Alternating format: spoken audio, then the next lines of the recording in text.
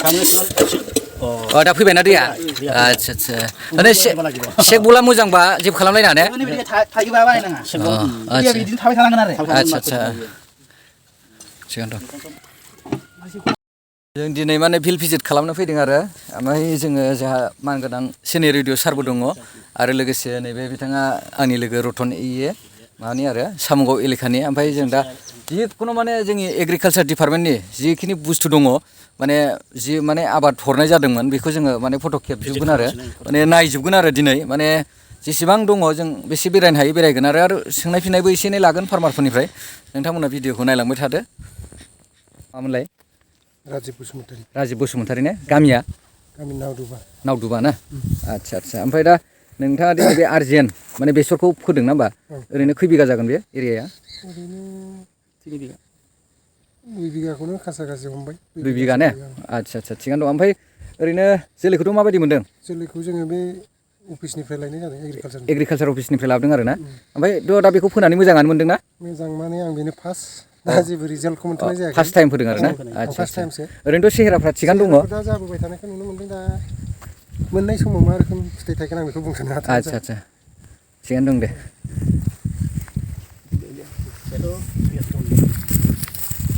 सेहेरायाथ' बिराद बरिया सेहेरायाथ' एकदम बरिया एकदम एसे गोजौसिन जायो खिन्थु बरिया आरो खोनानो मोन्दों माने प्रडाक्सना लकेलनिख्रुइ बांसिन जायो आरो बियो बे जोलैया आरो गुबुन मोनसे गामियाव फैबावबाय माने दा बेहाय जों सलार नायनो फैदों आरो ओमफ्राय दा बे सलारनि सोमोन्दै बिथांनाव एसे सोंनानै लागोन आरो बे सलारखौ लानानै माबायदि सुबिदा जादों बिथांनाव जों एसे सोंनाय फिननाय लागोन आरो जाय आबादारि बिथाङा दा कानेक्सन खालामनो नागिरदों सलारखौ औ माने एग्रिकालसारनिफ्राय लाबोनायमोन आरो बे सलाराबो আপোনালোকে চাই থাকক এতিয়া আমি দেখাম আৰু অলপ কথা পাতিম আমাৰ ফাৰ্মাৰ আছে এতিয়া ফাৰ্মাৰ লগত অলপ কথা পাতি লম माने सालु खालामनायनि आगोल दै सोग्रोनांगौ आरो ना भर्टिक जाबासो सालु जागोन आरो बहुत লাগে স্যার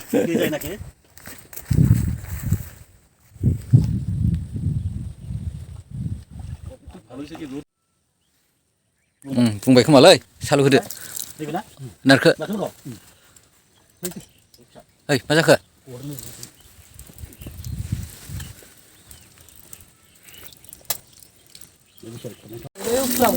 फैहांबाय आरो ने लासै लासै आच्छा आच्छा सालु जाबायलै सलारा नै एकदमबारे सलार थायोबा बिराद सुबिदा जायो आरो सलारा नै जर जाबायथ' ना दैया मथा मथि आच्छा आच्छा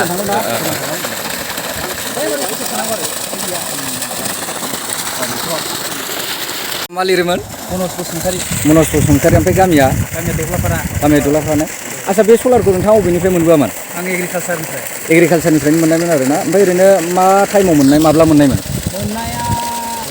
ओरैनो मास मोननैसो जाबाय आरो ना आच्छा ओमफ्राय दा नोंथाङा नैबे सलारखौ मोननानै माबायदि सुबिदा जानाय बायदि मोनदों जेनेबा सुबिदायाथ' जेनेबा नांगौ बायदियानो औ जोंहा ओरैनो सान्दुंजोंनो दैया गबाय औ ओमफ्राय खरसा जाला औ नांगौ टाइमाव होबाय थानो हाबाय गोसो बायदि जाबाय प्लास नों जेबो खरसा जाला नालाय जों खेथि मावनायाव माखासे बिराद मोजां सुबिदा जायो आरो दा मोजांखौनो मोनदों दैयाबो नांगौ बायदि गयो मानसिफ्रा बुंदोंमोन सोरबा सलारनि मटरा मोजां गवा होननानै माने गोसोआव बिराद दाउट खालामथारमोन आरो आंखौ आच्छा आच्छा लगायनानै दा बाहायनायनानै दा प्रेक्टिकेल मोनबाय आं खोथियाबो फोबाय गायनोसै थाइबें गायदों थाइबेंआवबो दै होदों आं दाख्लै आच्छा आच्छा ओमफ्राय दैयाथ' मोजाङानो गदों आरोखि 5 हर्सजों समानानो होनजायो दैया आच्छा माइखौबो गायगोन एबार फार्स्ट दा जेनेबा नोंथाङा सलार लाबाय ओमफ्राय बे सलारजोंनो नैबे सामार खेथिबो मावनो हासिगोन ना होमबा बेथ' मोनसे बिराद मोनसे बेनिफिट आरो बियो जेनेबा दै गैयि समावबो नोंथाङा दा बे सलारजोंनो ना होमबा पेट्रलबो नांला डिजेलबो नांला माने बिजोंनो सुबिदा जाबाय आरो डाइरेक्ट दंग' गैखाया माबाजोंसो ओरैनो अखाजोंसो गायखायो आच्छा आच्छा दा बिराद मोजां सुबिदा जाबाय आरो आच्छा आच्छा थिगानो दं ओमफ्राय नोंथाङा ओरैनो फार्मारफोरखौ मा बुंनो सानो जेनेबा सलारखौ लानांगौ ना लानाङा आंनि मथेबाथ' बिराद गोनां आरो लानाया मोजां लानांगौ माने जोंहाथ' अखाजों गायनाय नालाय दैया बिराद खम जायो एखमबा गायनाय टाइमावनो दैया रानना होयो होयो बेनि थाखाय बिराद मोजां सुबिदा प्लास खरसा जाला औ औ पकेटनिफ्राय उल्था खरसा जाबाय थाला औ औ नोङो जेनेबा थावनि मटरफोरजों बाहायोबा कारेन्टनिबाबो जों बिल होखानांगौ सलाराव जों थाइसेबो खरसा गैला आरो औ औ बिराद मोजां हायोबा लानाया मोजां आरो औ औ खेथि मावग्रा बिथांमोनहा बोथोर लायोबा औ मोजां औ खरसा थाइसेबो जाया औ औ जों खरसा गारबाय थायोबा जोंहा बेनिफिटा खम फैयो बेनिफिटा खम फैयो दा सलारा जोंहा खरसा गारनांला नालाय औ औ जिखिनि मोनो बे जोंनाव जमा थानाय जायो थाव खरसा गैला औ औ लानाया मोजां आरो लानाया मोजां ना औ होमबा नोंथांनिसिम गोजोननाय थाबाय नङा होमबा जोबोद मोजां मोनसे जोंनो माने फोरमायनानै होबाय जायफोर आबादारि बिथांमोन नङा होमबा नोंथांमोना हायोबा नाजा माने सलारखौ लानो माने बाहाय खुनु पेट्रलबो नाङा डिजेलबो नाङा डाइरेक्ट सान्दुंजोंनो नोंथांमोना माने आबाद मावनो हागोन आरो जेनेबा नोङो प्लास बिदि इसेबां गरम जालायनाङा औ एसेल'बाबो जायो आरो एसेल' खम हगोन जेनेबा जायो आरो माने 76 77 बिदि माबा जायो थिगानो दं दे गरम थांबाथ' बारा जायो आरो दा नोंथांमोनाथ' सलारखौ नुखाबायानो ओमफ्राय दा बिथाङा नै जोंहा सामार पेडि बिथाङा मावसिगोन आरो नैबे सलारजोंनो आरो माने बे मोनसे बिराद सुबिदा जोंनि थाखाय आबादारिफोरनि थाखाय आच्ছা दा नोंथाङा ओरैनो जेनेबा हमना ला जोंबो नोंथांनो एग्रिकालसार डिपार्टमेन्टनिफ्राय माने माइ हरगोन नोंथाङा मावनो राजि दा मावनो राजि औ आच्ছা थिगानो दङ दा जिहेथु सलारबो दङ नङा होमबा माने आं गोसोआ दंखायोमोन ओमफ्राय बे मेसेङाव जोंहा दै मोनैनि थाखायसो मावनाय जायामोन नालाय आच्ছা दा प्लास सलारा फैनायजों आं मावनो गोसो जाबाय आरो आच्ছা पावार फार्माथ' दङ खिन्थु थावनि एसे दै होनाय जायो दा सलारजोंबा जोंहा खरसा जाला जेनेबा नोंथाङा दा सलार मोननाय लोगो लोगो बोसोराव माने मोनथाम माने आबादखौ मावनो हागोन आरो आरामैनो मोनथामखौथ' आं मावखायानो আচ্ছা साबसिन जाबाय आरो औ औ বছৰত মানে তিনটা খেতি আপনি আরামসে কৰিব পাৰিব এতিয়া যেহেতু সোলার আছে স্যার মাস্টার্ড হল এতিয়া সামার পেডি হ'ব তিনটা আপোনাৰ ক্ৰপ হৈ আছে আৰু এইটোতো কোনো খৰচে নাই বিনা খৰচত আপোনাৰ পানীটো দিব গতিকে তিনটা আপোনাৰ 300% ক্ৰপিং ইনটেনসিটি হৈ যাব मैगं थाइगं मा नामलाय टेम्पोर बसुमतारी टेम्पोर बसुमतारी ओमफ्राय गामिया सामगामि सामगामि ना आচ্ছা नोंथाङा दि बे दालिखौ फोदों ना होमबा ओरैनो खै बिगा दं दालिया 6 बिगा दं 6 बिगा 3 बिगा बबेनिफ्राय लाबोआमोन बे जोलैखौ एग्रिकालसार बिजनि ना आচ্ছা ओमफ्राय फोनानै नोंथाङा माबायदि मोनदों दा ओरैनो दाथ' जानाय बायदि मोनदों आं मोजाङानो मोनदों ना ओरैनो बोसोरफ्रामबो फोखायो नामा दालिखौ आं बोसोरफ्रामबो फोखायो आচ্ছা थिगानो दङ ओमफ्राय दालिनि अनगायैबो जोंनि जेनेबा एग्रिकालसारनिफ्राय लाबोनाय मा दंबावो नोंथांनाव दा आंनाव दा बेसर दङ बेसर दं जिथुनाखि आर्जेन होनना बुंदों आर्जेन होननानै बुङो बे भेराइटिया दं आरो जातनि जोलैया ना दा दङ आं फोगासिनो दं आচ্ছা थिगानो दं दा होमबा नोंथांनि माबाखौ नायनोसै जों दे बेसरखौ दा नोंथांमोना नुगासिनो बे जाहैबाय माबा आरोना बियो आर्जेन जोलैया आर्जेन आरो खिन्थु प्रडाक्सना बुरजा जायो आरो बिनिया माने लकेलनिख्रुइ बांसिन जायो आरो प्रडाक्सना मिनिमाम माने मोजां जायोबाथ' 6 मन थांखायो बेबो माने टेम्पोर दानि आरो बे बेसरा ओमफ्राय बे जाहैबाय लकेल आरो लकेल भेराइटि बिराद मोजां जाबाय आरो बे बिबार बारफुजोबनानै दं दायो नै बेसर फोथारखौ बिराद माने समायना नुयो दा बे समावहाय बिबार बारनाय समाव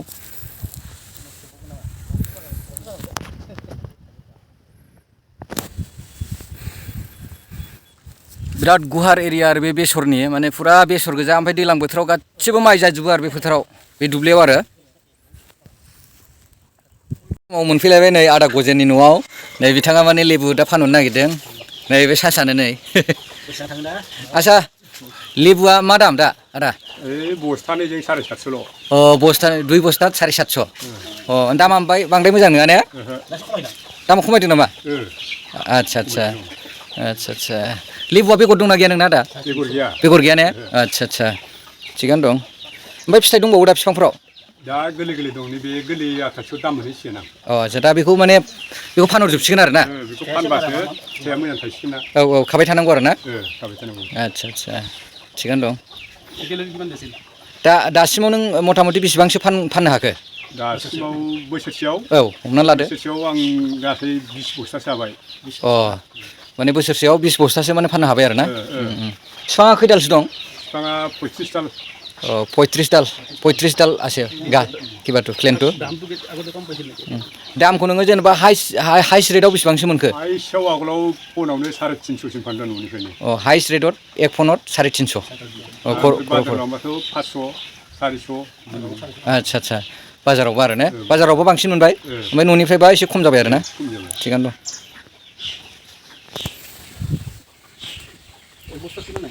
आदा बिदि हासार बानायग्रा माने फार्मिबेट होननानै बुङो बेखौ बबेनिफ्राय लाबोआ आं बेखौ एग्रिकालसारनिफ्राय लाबोदों एग्रिकालसारनिफ्राय मोनबोदों ने ओमफ्राय बेखौ मोननानै मोजां मोनदों दा हासार अर्गेनिक हासार नोंथाङा बानायनो हासिगोन दा जेसेबां माने जबर जथर माने जेनेबा हमनानै ला नों थालिर बिलाइ बायदिसिना मैगं हानायनि दाखोर दाला गासिबो होजोबनो हागोन आरो बेहाय फुरा अर्गेनिक जागोन आरो बियो हा पियर जागोन आरो बियो हासारा ओमफ्राय बिनि अनगायैबो एग्रिकालसारनिफ्राय मा मोनबोखो आं मौसुमिबो मोनबोबाय ओमफ्राय जुखाम मोनबोबाय ओमफ्राय गलमरिस ओमफ्राय थाइखाबो मोनबोबाय बरथेखेरा आच्छा थिगानो दङ ओमफ्राय एग्रिकालसारनिफ्राय हरनाय बुस्थुखौथ' नोंथाङा मावथारो आबादखौ आं गायजोबथारदों गासिबो आच्छा बरिया एकदमबारे देखायगासिनो दं आं औ थिगानो दं मावनांगौ आरो नोंथांखौथ' जों मिथिखाबाय माने अर्गेनिक मावग्रा आरो आबादारि ना होमबा खुनु केमिकेल इउस खालामा नङा होमबा बरिया अर्गेनिक फार्मार नोंथाङा थिगानो दं माने आजिखालि बेसेबां हायो माने अर्गेनिकखौनो मावनांगौ आरोखि माने केमिकेल माने जायै माने बेमार आजारफ्राबो बारा जानो हमबाय नालाय दा बेखायनो जों हायोबा अर्गेनिकखौनो मावनांगौ आरो थिगानो जादों जोबोद मोजां फार्मिभेटखौबो बरिया बानायबाय टेम्परारिबाबो दे गोजोननाय थाबाय आदानिसिम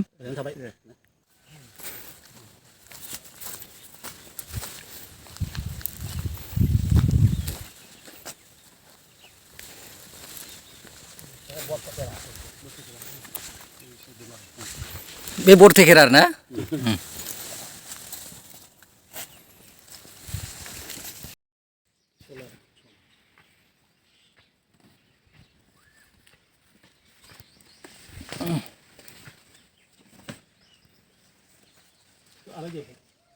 आच्छा नोंथाङा दि एथ' गुवार बेसर मावदों बे बेसरखौ बबेनिफ्राय लाबोआ आं माबा गभर्नमेन्टनिफ्राय लाबोदों एग्रिकालसारनि गभर्नमेन्ट एग्रिकालसार माने बिजनेसनिफ्राय आरो ना आच्छा दा नोंथाङा ओरैनो खै बिगा फोदों बेखौ 25 बिगा फोदों आं 25 बिगा फोखादों ने आच्छा ओमफ्राय ओरैनो लकेलजों कम्पेयार खालामनानै नायोब्ला नों माबायदि मोनदों दा आंथ' ओरैनो दा नायनायाव सेमानो नुदों मोजांखौनो मोनदों मोजाङानो नुदों ने माने मोजाङैनो माने प्रडाक्सन जागोन होननानै आसा खालामबाय आरो ना आच्छा माने नोंथांमोनासो माने प्रेक्टिकेलि खालामनानै नायो नालाय लकेलानो जा बा जिखुनु जाया अफिसनिफ्राय लाबोनायबाबो नोंथांमोना मावखायो नालाय मिथिखायो आरो ना होमबा আচ্ছা আপনি ধান কিমান বিঘা কৰিছিল এবাৰ? 65 বিঘা। এতিয়া আপোনাৰ ধানৰ প্ৰডাক্টটো আমাৰ এগ্ৰিকালচাৰ ডিপাৰ্টমেণ্টত বেচিব আপুনি আপোনাক ৰেজিষ্ট্ৰেশ্যন কৰি দিয়া হৈছে গতিকে আপুনি ধানটো ৰেডি আছে আমি ধানটো চালোঁ আপোনাৰ আপুনি তাতে টেষ্টটো মইচাৰ টেষ্ট কৰিছে তেওঁলোকে কেতিয়া যাব দিছে সোমবাৰে আপুনি ধানটো লৈ যাব আপোনাৰ কিমান ধান আছে এতিয়া 600 ওপৰত হৈ যাব 600 মন মান আছে না আচ্ছা ঠিক আছে ভাল কথা ঠিকই আছে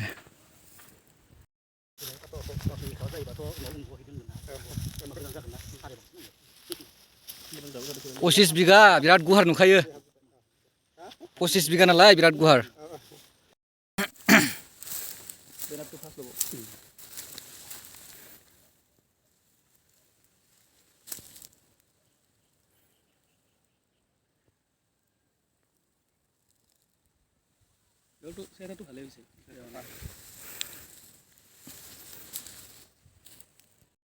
आच्छा सिमांदा नैबे माबाखौ बेसरखौ बेनिफ्राय लाबोमोन बेखौ जोंनि नैबे बिजनि एग्रिकालसार अफिसनिफ्राय बिजनि एग्रिकालसारनिफ्राय लाबोदोंमोन ने आच्छा जोलैनि नामखौ मिथिगौ जोलैनि नामाथ' TS38 ने ओरैनो खै बिघा फोदों दा सिमांदाया 10 बिघानो जादों 10 बिघा ने आच्छा ओमफ्राय ओरैनो हमनानै ला जेनेबा नोंथाङा आगोलफ्रावबो माने एग्रिकालसारनि बेसर फोखायोमोन आरो ना आं बहुत बोसोर जाबाय 2012 निफ्रायनो आं बे एग्रिकालसारनिफ्राय लाबोनायखौ आं फोबाय थानाय जादों आच्छा आं एफएमसिआव जइन जादों औ 2012 निफ्राय बेनिफ्राय दिनैसिम आगोलै माने 2012 फोरा কৰি আছে না এগ্ৰিকালচাৰ ডিপাৰ্টমেণ্টৰ পৰা যিখিনি বস্তু পায় এইটো কৰি আছে আৰু এগ্ৰিকালচাৰৰ পৰা কি আনিছে এইটো ষ্ট্ৰবেৰী আছে আৰু মাকৈ আছে আচ্ছা এইটো কৰিম ষ্ট্ৰবেৰীটো মোটামুটি কিমান এৰিয়া কৰিছে আধা বিঘা না 3500 ফুলি আচ্ছা এইটো এগ্ৰিকালচাৰৰ পৰা আনিছে বিজনেছ সাব ডিভিজন খালি ধান আছে না এতিয়া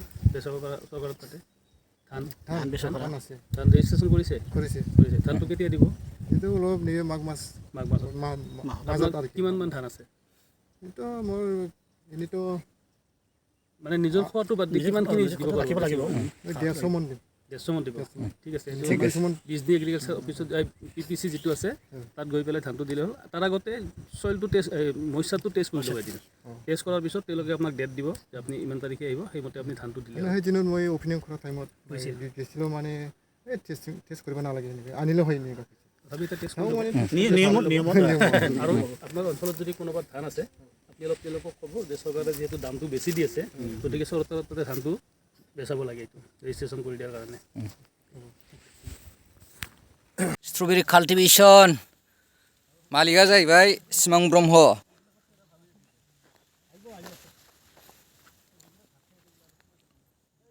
एरिया 1/2 बिगा।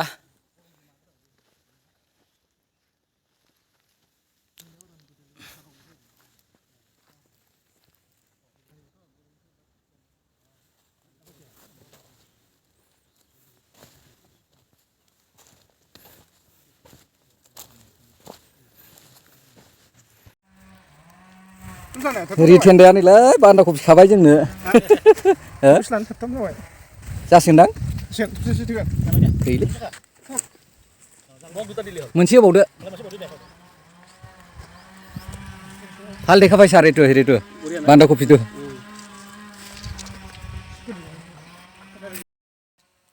फिलाव फुरा गामि गामि गिदिंगासिनो दं जों दायो नै फैलायबाय बान्दा कफि बारियाव।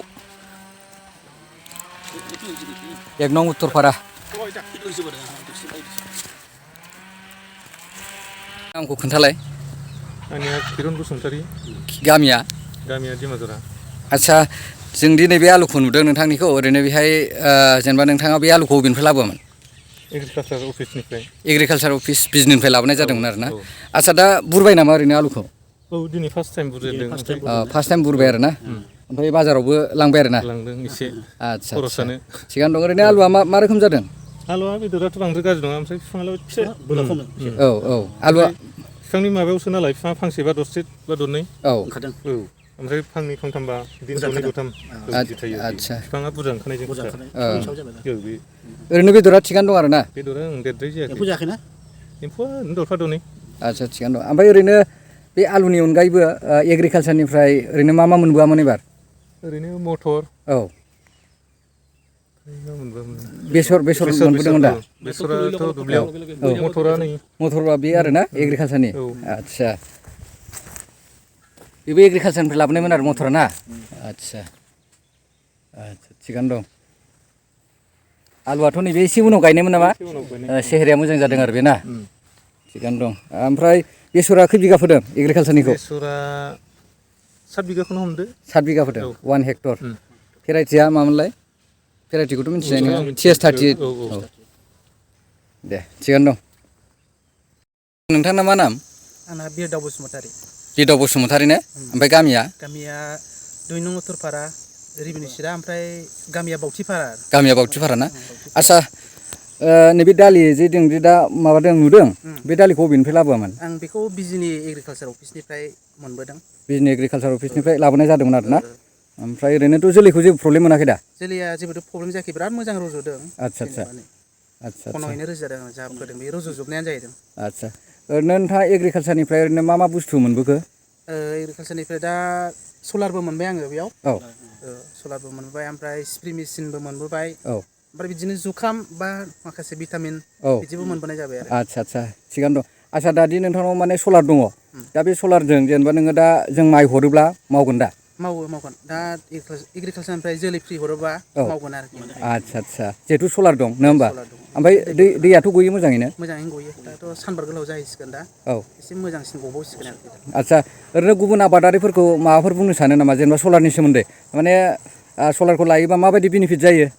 सलारखौ लायोबाथ' मोजां बेनिफिटानो जायो। जेनेबा गुबुनफोरखौबो आं बुंनो सानो आरो जोंनि बे बावथिपारा बा 2 नं उत्तरपारायाव दैनिया अखा गैयाबा दैनि आंखालाथ' जाखाबाय। ओमफ्रायो दा दै बा अखा गैयाबा सलारजों बोखोनानैनो बिराद मोजां दैज्लां बोथोराव माइ गायनो हायो आरोखि। गायनो हायो आरो।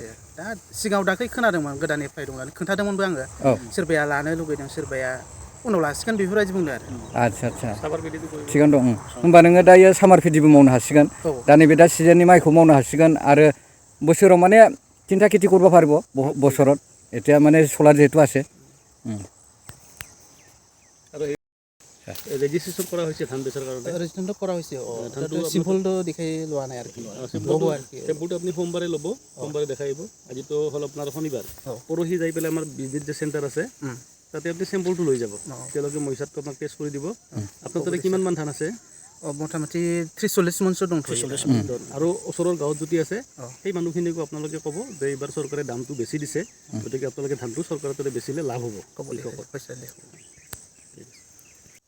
दैलाङावथ' अरजाया ओरैनो। दैलाङावथ' जाखाबाय सिगां जायो।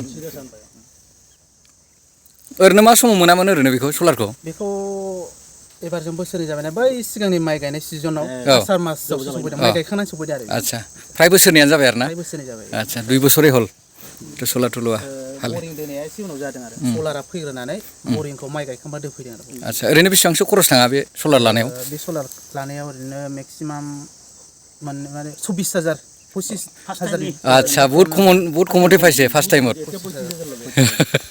25,000 थांदों आरो औ এতিয়া আপুনি চাওক চ'লাৰটো পাইছে না চ'লাৰটো এতিয়া পাইছে কাৰণে আপোনালোকৰ এতিয়া পানী এনি টাইম পাব কোনো খৰচ নকৰাকৈ আপোনাৰ যদি আপোনাৰ ডিজেলটো হয় ডিজেল খৰচ আছে ইলেক্ট্ৰিক মটৰ বলে ইলেক্ট্ৰিকৰ বিল যাব লাগে ইয়াতে কোনো বিল নাহে গতিকে আপুনি এটা কাম কৰিব লাগিব শালি ধানটোতো আমাৰ হ'ব নৰ্মেলি হ'ব বৰষুণ থাকে কিন্তু শালি ধানৰ পিছত এতিয়া বেহৰ ৰুইছে আপুনি বেচৰ ৰুইছে বা মাষ্টাৰ ৰুইছে এইটোত আপুনি পানী দিব পাৰিছে হৈ যাব এতিয়া বেহৰটো হোৱাৰ পিছত আপুনি এতিয়া চামাৰ বেৰি কৰিব তাৰমানে আপোনাৰ এটা ছিজনত এটা বছৰত আপোনাৰ 3টা খেতি হ'ব এইটো লোৱাৰ কাৰণে আপোনাৰ সুবিধাটো হ'ল কাৰণ চামাৰ বেৰিটো এনি টাইম পানী লাগিব সেইমত আমাৰ বৰষুণ নাথাকে বেলেগ ব্যৱস্থা নাই গতিকে আপুনি 3টা খেতি কৰিব ক্ৰপিং ইণ্টেনচিটি আপোনাৰ 300 হ'ব তেতিয়া আপোনাৰ বেনিফিটটো বহুত বেছি হ'ব গতিকে এই অঞ্চলত যদি আৰু কোনোবা এনেকৈ চলাৰ লোৱা মানুহ আছে তেতিয়া আমাৰ টাৰ্গেটটো বহুত আছে ল'লে ল'ব পাৰিব কিন্তু আপুনি যিটো 24,000 টকা পাইছে এতিয়া সেই পইচাটো এতিয়া 32,000 মান টকা হৈছে অলপ তেনেকৈ বেছি ভৰিব লাগিব তাৰমানে এইটো ডিমাণ্ডটো বহুত আছে যাৰ কাৰণে মানুহ ল'ব খুজি আছে চলাৰটো ল'লে 3টা খেতি কৰাটো একদম চিয়'ৰ আৰু